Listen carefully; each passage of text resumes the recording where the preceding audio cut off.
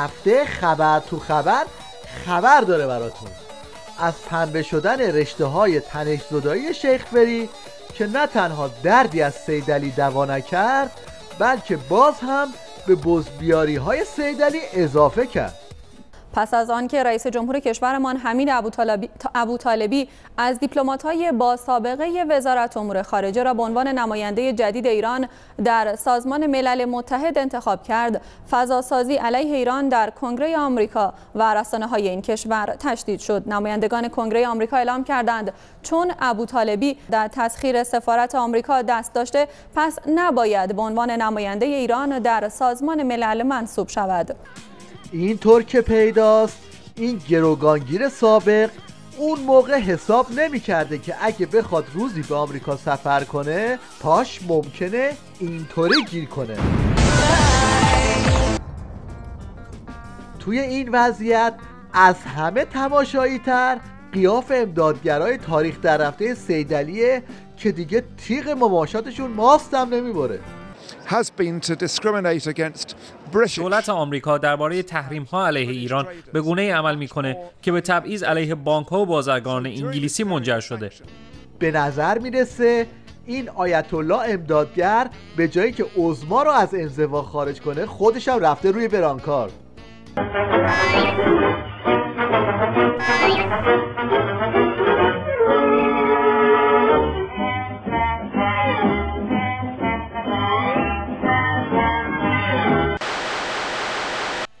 سیدعلی که هنوز از زیر شوک تمدید مأموریت احمد شهید در نیومده بود یه بار دیگه تو تور حقوق بشر گیر افتاد. تهیه پیشنویس راهبرد اتحادیه اروپا در قبال ایران. در مقدمه پیشنویس راهبرد اتحادیه اروپا در مقابل ایران بار دیگه کشورمان به نقض حقوق بشر متهم شده. این ادعای نخنمای حقوق بشری غربی ها بیشترین بندهای این پیشنویس رو به خودش اختصاص داده و حتی از اتحادیه اروپا خواسته شده در همه ابعاد روابط با ایران مسئله حقوق بشر در اولویت قرار بگیره. به این ترتیب به نظر میرسه که لیفتراک ظریفینا که با اون لبخندهای گل و گشادش دنبال ساختن پل ارتباطی با غرب بود خیلی هم سازندگی به بار نیاورده.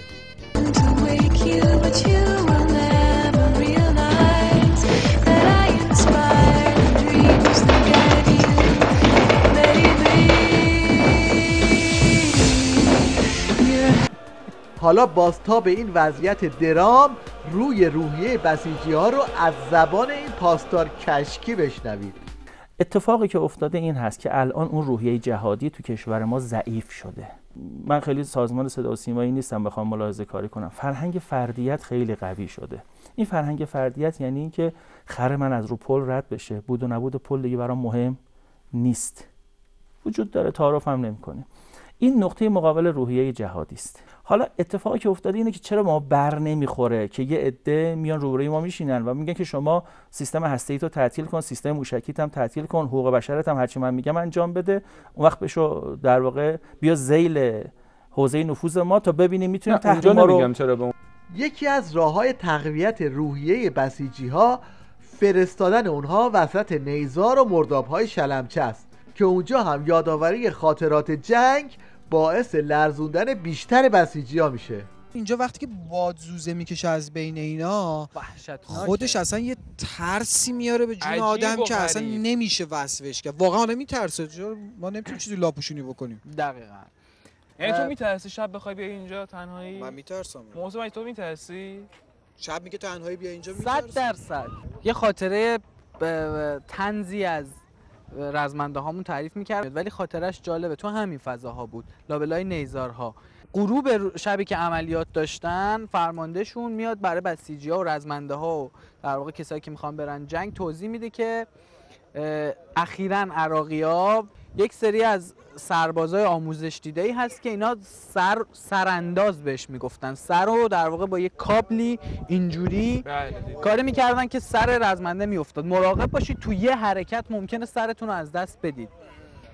بعد بچه‌ها همه ترسیده بودن و یه جورایی بعضی از حالا اون رزمنده هایی که یه ذره شجاعتشون کمتر بوده به شدت تو فکر این بودن که هر لحظه ممکنه بیاد.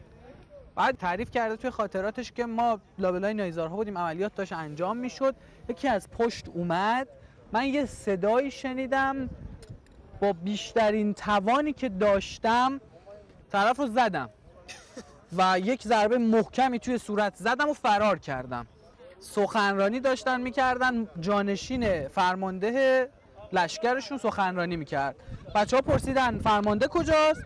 گفت دیشب یه شیر پاک خورده ای همچین زده تو سرش که امروز نمیتونه از خواب بیدار بشه و یه ذره باید یه چند ساعتی استراحت بکنه. زد تو سر فرمانده. زده بود تو سر فرمانده و فرار کرد. بله خب نمیدونست.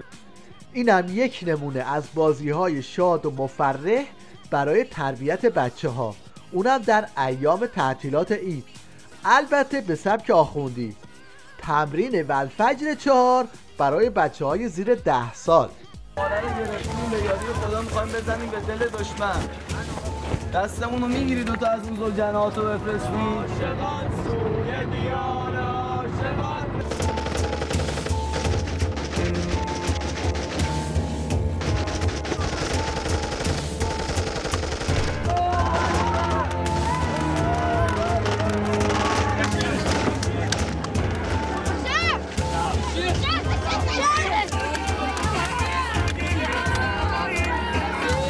منتظر دیدن شما هستیم در سنگر آسمانی منطقه شلمچه.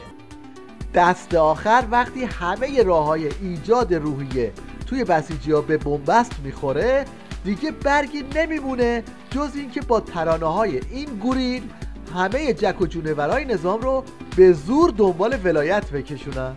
ما جام نثارش تو به هدایتیم، تحت اوامر ماه ولایتیم.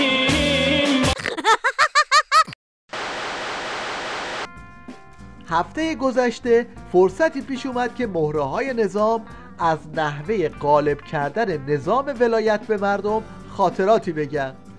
همین باعث شد که این سفار چرندی سوتی بده و بعد از 35 سال به دزدیدن انقلاب توسط خمینی اعتراف کنه.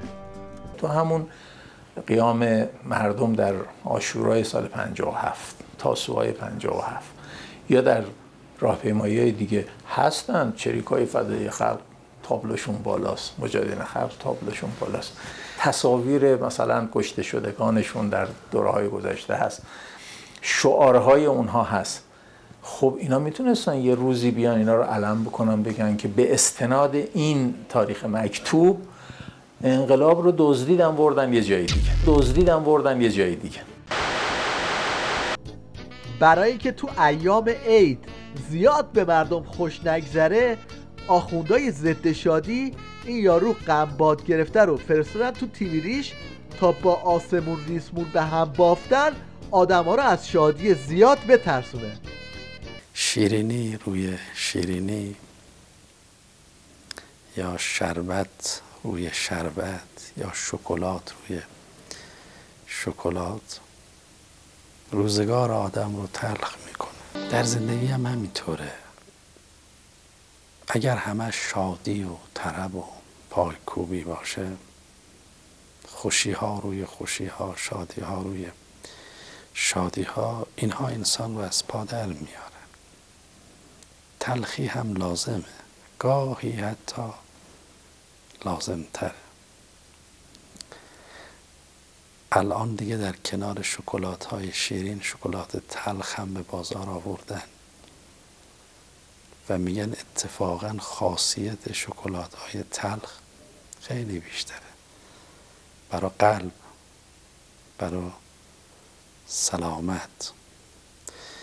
خدا هم همینطوره، هم شکلات شیرین داره هم شکلات تلخ.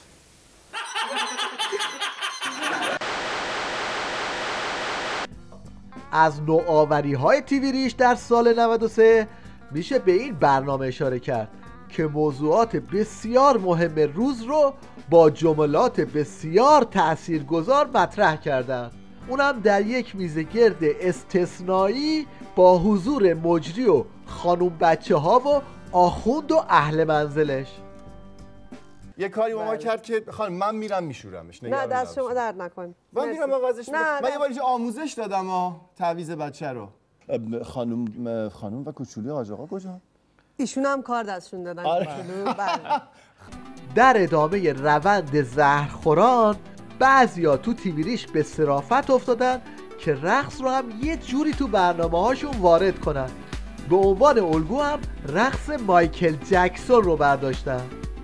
اما وقتی اومدن تو تیویریش همین رو پیاده کنن این در اومد.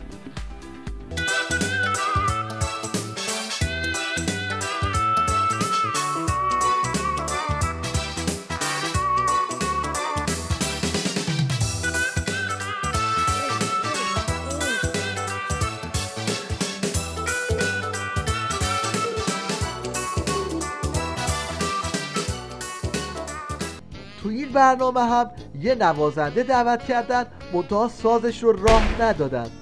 نتیجهش سرباز کردن گلایه های پنهان بود. ما خلافی نکردیم. ما موسیقی که بنده میزنم حالا جا که دیگه هم که این حلاله این کار نکرده این مدرسه سازه. ما باید موسیقی خود ما واقعا ترقی بدیم و این بستگی داره به مسئولین ما مخصوصا وزارت ارشاد و ما هم خلافکار نیستیم. وقتی دوتار من مدرسه میسازه این کجاش حرامه. تو تیویریش آخوندا رو همه برنامه های عمامه گذاشتن، از برنامه کودک تا برنامه خانواده. فقط مونده بود تو برنامه سینمایی وارد بشن که اون رو هم با این حجت الاسلام تارانتینو حل کردن.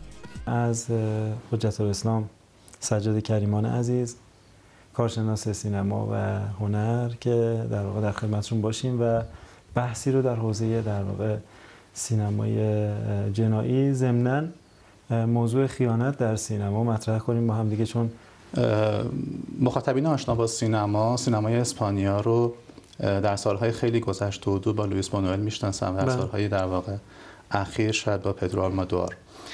نوع فیلمسازی این دو فیلمساز بزرگ که در واقع شهره جهانی دارن متفاوته با این فیلمی که امروز خواهیم دید. امروز فیلمی ببینیم از اوریول پاولو، فیلمساز جوانی که با توجه به حالا سن و سالش از 34-5 ساله‌ای که داره جسارت بزرگی به خرج داده و تونسته در یک ژانر تریلر معمای پلیسی جذابیتی رو به مخاطب القا بکنه در فیلم خودش که در کنارش البته اون موضوعی که شما فرمودید هم قابل بحث و گفتگو هست، تم بحث خانواده و خیانت که جالب توجه سینما اسپانیا قابل گفتگو هست.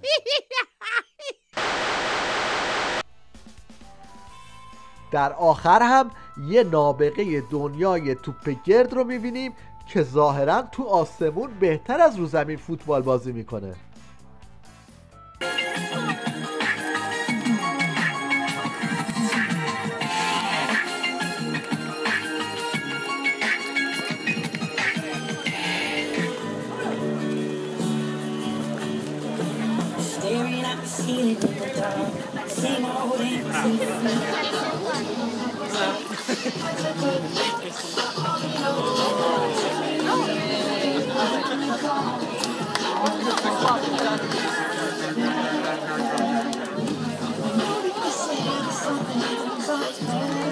I'm